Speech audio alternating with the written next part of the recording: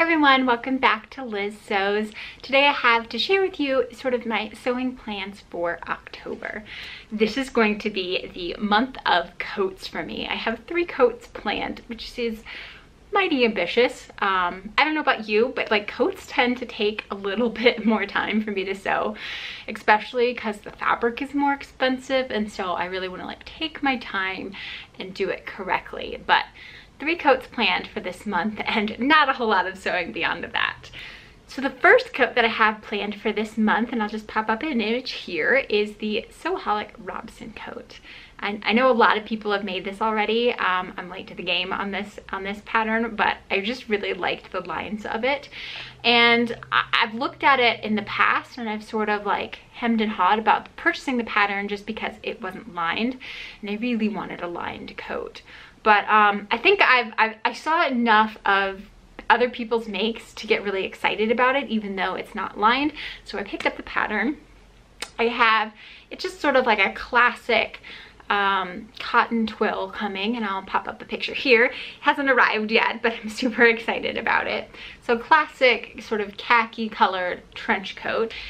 And then for all of the binding, so if you're unfamiliar with this pattern, like I said, it's an unlined trench coat, but then all of the seams on the interior are all bias bound. So it said you could pick up like 1/2 inch single fold bias tape to do it, which generally I do because who wants to make bias tape?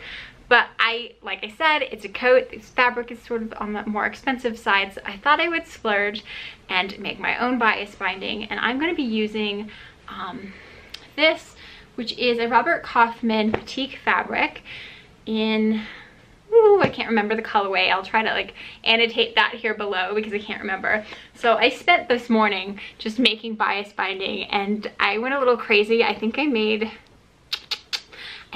like 24 yards of binding, which is way more than I'm gonna need. So I'll definitely have left over to use in other sort of patterns.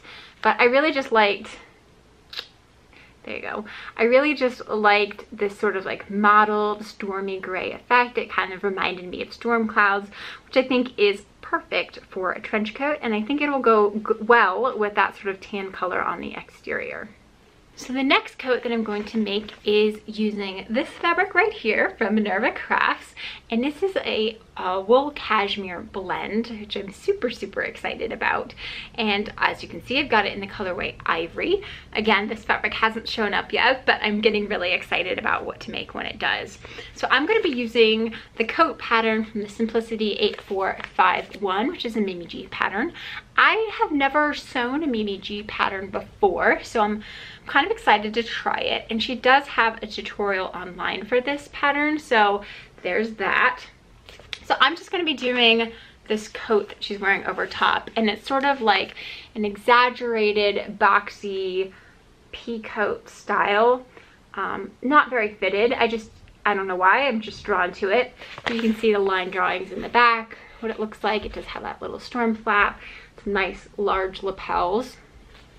So I'm going to make that in Ivory cashmere wool. And then the other coat that I'm going to make is out of this boiled wool in the colorway Mustard, again from Minerva Crafts. So what I'm planning to make with this is Simplicity 8509, and I'm actually going to make this short little cropped swing jacket version. It looks like it hits at the hips. So I might crop it a little bit more and make it more of like a waist length swing coat. I don't know, but it's got that very like A-line trapeze sort of shape. I think I will be doing long sleeves. So I think I'm going to be doing some long sleeves. So again, that's going to be view B here on the line drawings. And in addition to this swing coat, I'm going to be bringing back this Mimi G pattern, and I'm going to make the sheath dress. So I will lengthen the sheath dress to be probably knee length, just because I think that's the best length for me. I think like a very slim fitted pencil skirt that comes down to the knees.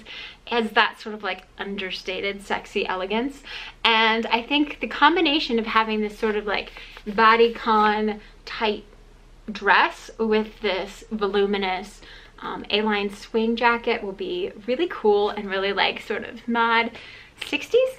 I don't know if it's 60s or not, but in my mind that's what I think it's going to be. So that's going to be made out of the mustard boiled wool. So that is it for my plans for this month. I know it's only 3 things, but like I said, coats take me a little extra time. I'm sure there's going to be some bras thrown in there in the mix as well. I'd love to know what you guys are planning to sew this month, so share it with me down in the description box. And if you like my channel or this video, be sure to like and subscribe because it really helps me out. Until next time, take care.